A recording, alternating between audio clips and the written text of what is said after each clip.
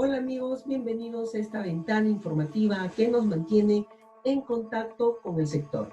En esta oportunidad vamos a entrevistar a Ricardo Santillán, presidente del Instituto Peruano de Gas y Medio Ambiente. Con él vamos a conversar sobre el GNL en el transporte de carga y la realidad del gas natural en el país.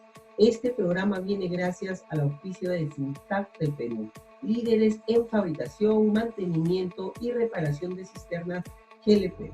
También Calpagas, para sus dispensadores GLP GasLink y su telemedición marca FACMIR. Axisa, sistemas y componentes para instrumentación y soluciones en válvulas, fitting y tubing. Amigos, no se olviden de participar en Electrotransporte Digital, Perú Energía Digital y FIGAS Virtual 2020.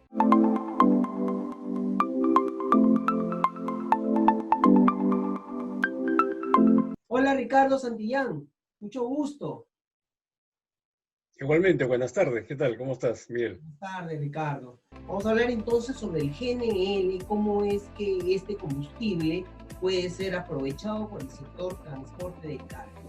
¿Qué posibilidades tiene el GNL para desarrollarse precisamente en este sector, que es importante para el desarrollo de la economía del país, en el sector transporte de carga? Mira, las posibilidades de ser utilizado en el transporte de carga son realmente muy importantes para nuestro país. Primeramente porque tú sabes que las reservas que tenemos, que actualmente tenemos la del año 2017, estamos hablando de 12.875 TCF oficiales, ¿no? De los cuales 4.2 es para la exportación y el resto, digamos, es para el uso que tenemos tanto en el país, en todo lo que es GNB, domiciliario, residencial, para las concesionarias que en este momento están utilizando GNL, que son la del norte, Cuave, y la del sur, Naturgy, y también para lo que viene el proyecto 7 regiones. Pero como sabemos de que lo que se ha hecho en cuanto a masificación en nuestro país es muy poco, las posibilidades de usar el GNL en el transporte son realmente muy buenas, porque esto va a permitir utilizar y desarrollar nuestro país realmente como debe ser en cuanto a masificación del gas natural. No solo en Lima, sino en todas las regiones de nuestro país, debido a que el GNL se presta realmente muy bien para el uso del transporte de carga y de pasajeros. Precisamente tenemos nosotros una balanza comercial negativa desde hace muchos años, y eso es producto de ¿qué? Producto precisamente del uso que tenemos indiscriminado en lo que es transporte. Y hablar de transporte, estamos hablando no solo de transporte terrestre, también marítimo, fluvial, lacustre, pero en ellos es bastante menor.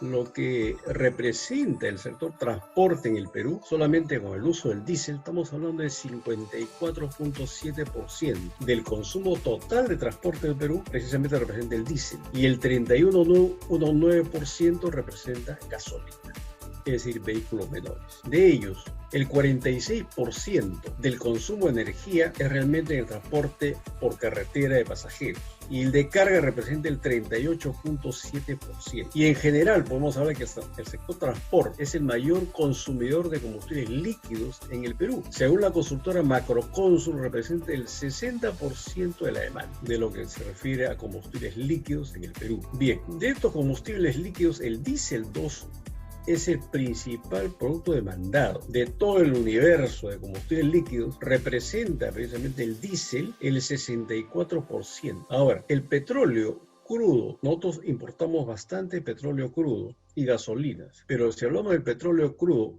representó la importación de este petróleo en el primer semestre del año 2019 106.000 barriles por día. Sin embargo, lo que nosotros producimos en nuestro país, estamos hablando de 45.000 barriles por día en el mismo periodo del 2019. ¿Eso qué implica?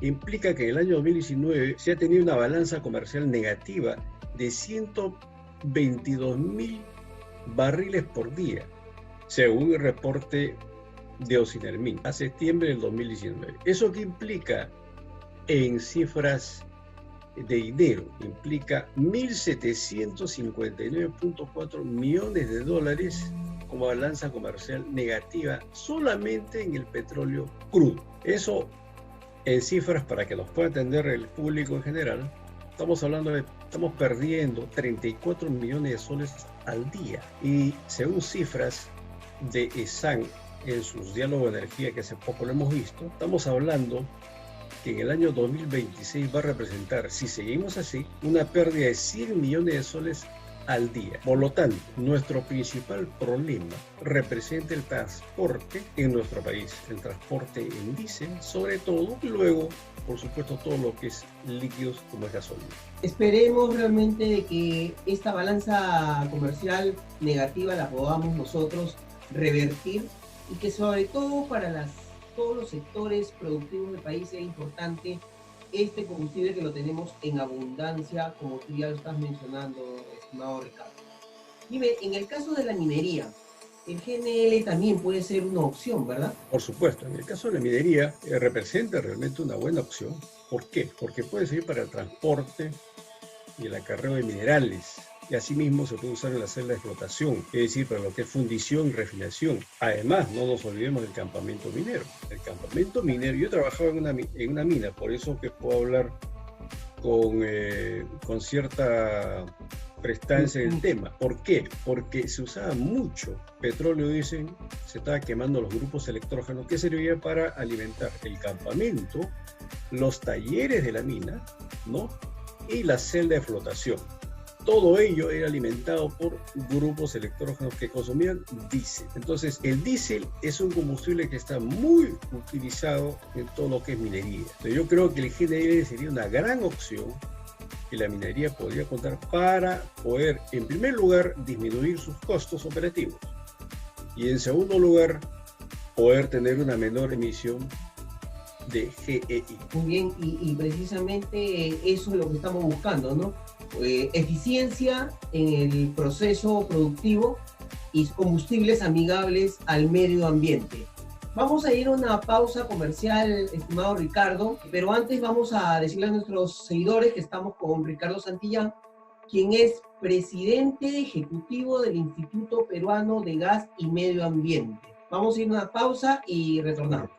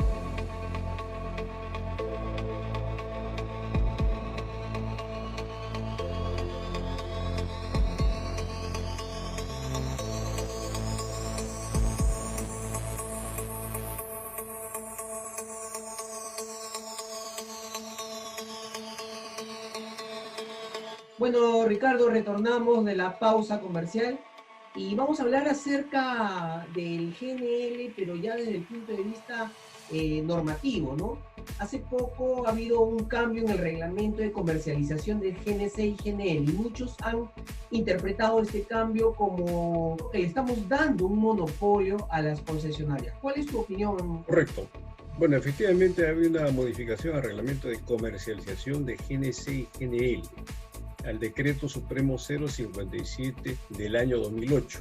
Mi opinión es la siguiente. Considero que el gas natural licuado no debe ser exclusivamente proveído por el concesionario, en primer lugar. ¿Por qué? Porque existen zonas a las cuales nunca podrá llegar el concesionario por las redes de gas natural, lo cual implica que este mercado debería estar abierto también para los agentes habilitados. La modificación de este Decreto Supremo 057-2008 no promueve el monopolio, pero a su vez no permite la libre comercialización del GNC-GNL a las provincias más alejadas del producto de gas natural. Recordemos que los concesionarios han ganado justamente o tienen las concesiones para los cuales se han comprometido con el Estado en proveer de gas natural a las residencias, comercios y ciertos establecimientos de gasocentros de GNB. Sin embargo, no se habla de las industrias y otros consumidores que puedan estar habilitados o proveídos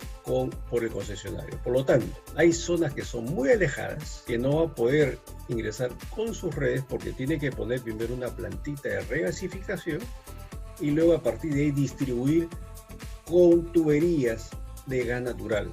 Entonces, por lo que podemos nosotros, con el sentido común, podemos decir que no van a ir a los últimos lugares donde requieran el gas natural. Y hay zonas muy frías que tenemos en nuestro país que sí van a requerir no solo el uso en cocción, sino también en calefacción. Y que sería importante pues, que en este caso agentes habilitados independientes puedan entrar a operar. Muy bien, Ricardo. ¿Cuál crees tú que ha sido el principal factor para que se pierda el interés por parte de los consumidores, por supuesto, en adquirir vehículos a gas natural, teniendo en cuenta pues que se está viendo desinstalación de estos equipos en los vehículos y que algunas estaciones inclusive han dicho de que ya no es negocio tener GNB dentro de los establecimientos que venden combustible? Correcto. En cuanto al tema que lo mencionas, efectivamente, han perdido mucho el interés los que consumían gas natural vehicular, precisamente por lo siguiente. Primero, el precio de los combustibles bajó notablemente, todo lo que es líquidos. ¿Por qué? Porque a nivel mundial se tiene justamente la producción de Estados Unidos mediante el shale gas. Eso ha provocado el shale gas y el shale oil. ¿Eso qué es lo que ha provocado? La baja notable del barril de petróleo a nivel mundial. Si hablamos solamente del sector que nos pertenece, que es América, estamos hablando que nuestro gas, o el gas que se comercializa, el gas natural, está medido mediante el Henry Hub, que es un indicador que se tiene en el Golfo de México. Ese Henry Hub ha ido bajando desde que se inició la exportación de GNL. Estamos hablando de $12 el millón de BTU y ahora lo tenemos en 2.1, 2.2. Incluso cuando hemos estado en el punto más crucial de la pandemia, bajó a menos de $2 el millón de BTU. ¿Eso qué implica? Implica que tenemos un combustible bastante barato. Pero también el petróleo bajó a niveles realmente increíbles. Bajó a menos de $1, estaba en un valor negativo. Eso ha implicado notablemente que el petróleo ha bajado notablemente, el crudo en sí, por lo tanto, los derivados del petróleo, que son las gasolinas, también ha bajado notablemente. Por lo tanto, el precio de la gasolina ha resultado bastante positivo para el consumidor y también el precio GLP, que es un derivado del petróleo. Entonces, por lo tanto, tenemos dos combustibles que usan los vehículos bastante cómodos. ¿Eso qué ha implicado? Que finalmente, si bien es cierto, no ha llegado a bajar en medidas energéticas más bajo del gas natural, pero eso el común de las personas no lo sabe. El común de las personas se guía precisamente por lo que está en la lista y dice, por ejemplo, el GLP está en 1.4 y el GNB 1.5, entonces prefiero el GLP, pero las unidades de comercialización son diferentes, no son iguales, pero eso no lo sabe el consumidor. Entonces, por lo tanto, ha ido pasando un gran flujo de vehículos que estaban convertidos a gas natural a GLP. Esto ha provocado, por supuesto, que las estaciones de servicio, muchas de ellas cambien sus preferencias y en vez de tener islas de GNB, tienen islas de GLP. Es más, algunas han convertido algunas de sus islas de GNB, las han pasado a GLP. Entonces eso realmente ha tenido una incidencia muy negativa por parte de los vehículos a gas natural. Además, hay otro tema, no ha habido un apoyo para la conversión de los vehículos a GNB, como sí lo hubo al inicio. Hubo por parte del Estado un incentivo bastante bueno por parte de ciertas financieras, los cuales las tasas eran muy bajas para que se puedan convertir. Sin embargo, eso no ha sido previsto en el futuro. Sin embargo, creo yo que esto va a remontarse nuevamente porque hay nuevas directivas que he podido ver hace poco que efectivamente están realizando el incentivo para que nuevamente el gas natural vehicular sea el combustible que realmente se debe optar para estos vehículos que están usando GLP o combustibles líquidos. No sé si me puedes mencionar algunas directivas en todo caso, algunos proyectos que precisamente fomenten el consumo de gas natural, las conversiones vehiculares o la compra de vehículos a gas natural? Sí, mira, sé que ha habido hace poco unos anuncios por parte de la Dirección General de Hidrocarburos en el sentido que el FICE, mediante el sistema de bono gas, va a efectuar unos apoyos directamente a las personas interesadas, en este caso taxistas u otros que tengan el interés de poder convertir sus unidades a gas natural vehicular. Eso va a ser muy importante, porque eso va a permitir precisamente que la gran mayoría se pueda nuevamente convertir a gas natural vehicular, los vehículos que no están convertidos, especialmente en las regiones que actualmente no lo tienen. Es más, hay un proyecto que justamente va a llegar el gas natural a las regiones más apartadas que están en el interior del país. Este proyecto se llama 7 regiones. Justamente ese es el lugar a donde van a ir esas ciudades, a esos pueblos, en los cuales puede haber la conversión precisamente de los vehículos de gas natural, de líquidos, perdón, a gas natural vehicular. Eso es factible hacerlo, con el apoyo, por supuesto, y el incentivo que está brindando mediante los fondos del bono gas y del FICE del Ministerio de Energía y Minas. Es importante entonces de que nosotros como productores del gas natural que tenemos en abundancia, pues podamos aprovecharlo, ¿verdad? Háblanos acerca de este proyecto, y prácticamente ya es una realidad, de la estación que está construyendo, que ya la tiene habilitada el concesionario de acá de Lima y que se está construyendo aquí en Puente Piedra. ¿Qué impacto va a tener en el sector transporte este modelo de negocio que te va a permitir, pues, bueno, aprovechar el gas natural en su forma GNL, ¿no? Claro, bueno, esa es una iniciativa importante que ha tenido justamente Cálida de construir una estación de gas natural licuado en Puente Piedra. Esta iniciativa es muy importante porque va a permitir iniciar el corredor azul, del cual tanto se ha hablado, que va hacia el norte de nuestro país. Ello va a permitir cargar tanto a las unidades de transporte de carga como de pasajeros que viajan al norte, por lo que se va a tener, uno, combustible barato, pasajes económicos, y además va a permitir que la unidad tenga lapsos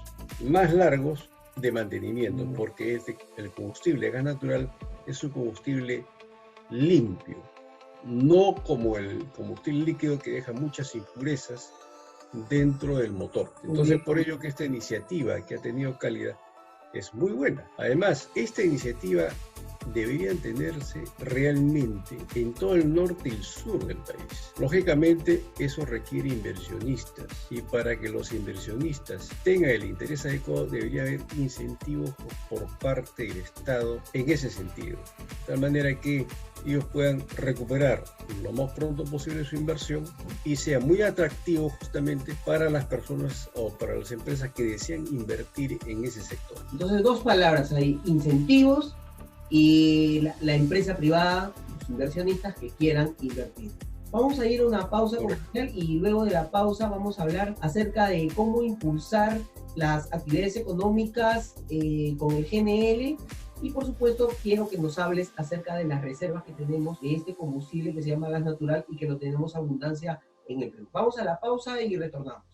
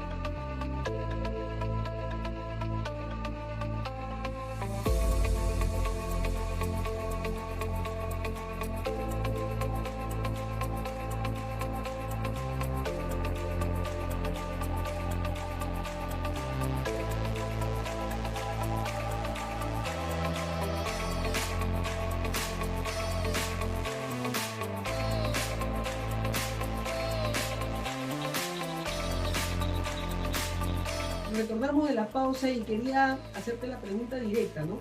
¿Es una opción usar el gas natural e impulsar las actividades económicas usando mini plantas GNL en proyectos como por ejemplo el de 7 regiones del cual tú acabas de mencionar? Pero que nos gustaría además que nos des detalles de cómo podría hacerse este proyecto usando estas mini plantas, ¿no? Respecto al proyecto 7 regiones, que en principio es muy importante porque va a permitir abastecer con gas natural a las regiones más apartadas que tenemos en el interior del país. Sin embargo, siempre un proyecto de estos trae varias aristas y una de ellas son las áreas de concesión son un poco extensas. Incluyen lugares, como te había dicho, donde nunca va a llegar el gas natural. Poblados alejados. Muy alejados, entonces ahí no va a llegar a gas natural. ¿Qué se requiere? Se requiere justamente los otros entes habilitados que puedan llegar a estos lugares, ¿no? Porque seguramente tienen un cliente o han visto que hay una posibilidad de negocio. Te doy un ejemplo, uno de ellos, Ucayali. Se incluye a Ucayali abastecido con GNL. No estamos de acuerdo porque Ucayali podría ser abastecido fácilmente por medio de los lotes de Aguaitía con gas natural. El ducto de Aguaitía a Pucallpa existe, ya existe, o sea, simplemente es habilitarlo, ponerlo en operación, ¿no? Ese es un punto. Ahora, la población de estas 7 regiones supera los 4 millones de habitantes. Sin embargo, el objetivo solamente son 22.930 viviendas. Para darte un ejemplo, solo en Puno existen 100.000 viviendas.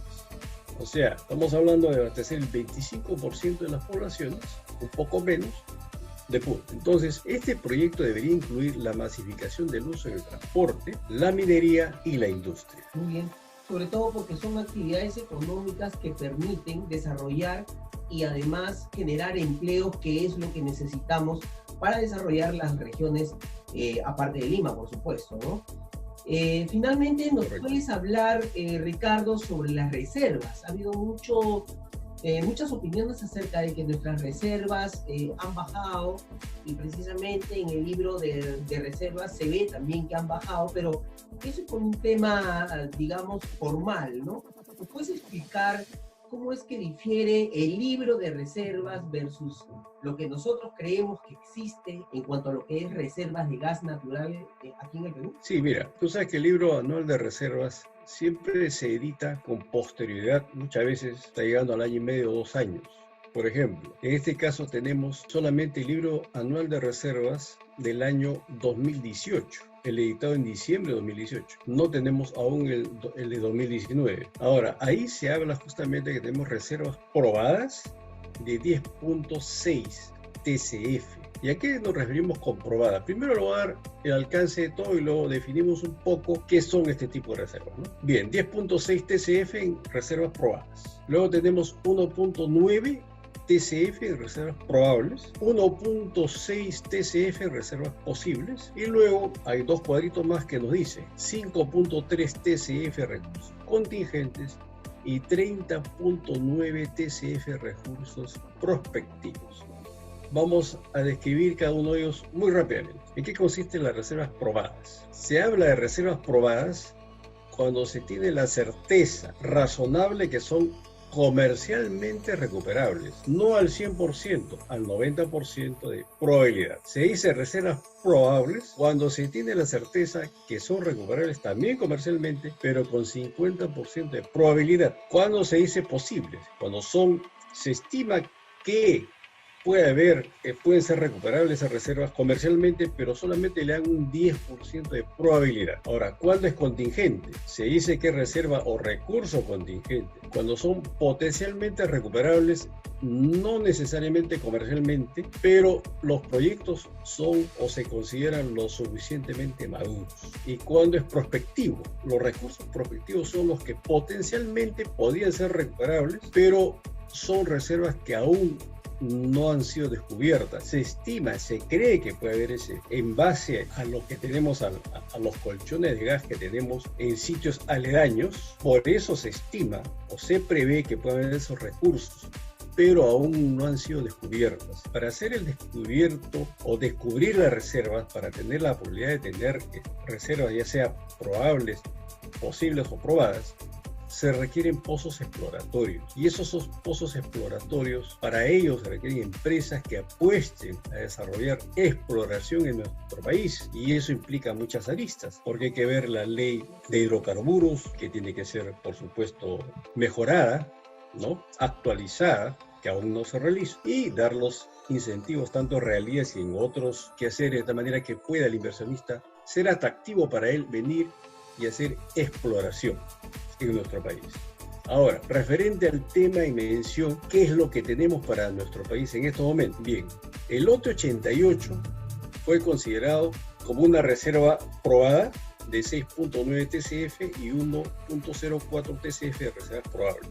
Y fue exclusivamente para el uso interno, no para exportación. Los lotes 56 y 57 sí fueron considerados para exportación con reserva aprobada de 3.09. Inicialmente fueron destinados para el proyecto de exportación 4.2 TCF. Ahora, si nos vamos un poquito más allá, ¿qué es lo que se viene?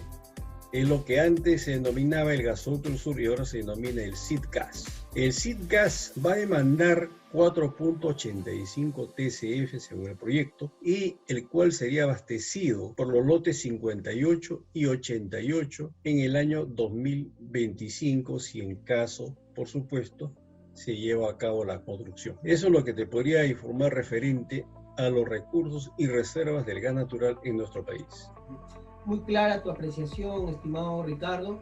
Yo quiero agradecer tu presencia acá en este pequeño programa. Hemos estado con el presidente ejecutivo del Instituto Peruano de Gas y Medio Ambiente, el señor Ricardo Santillán Chiquitaz, a quien le agradecemos. Muchas gracias, Ricardo. Muy amable, Miguel. Cuando gustes, estamos atentos. Gracias. Muy amable.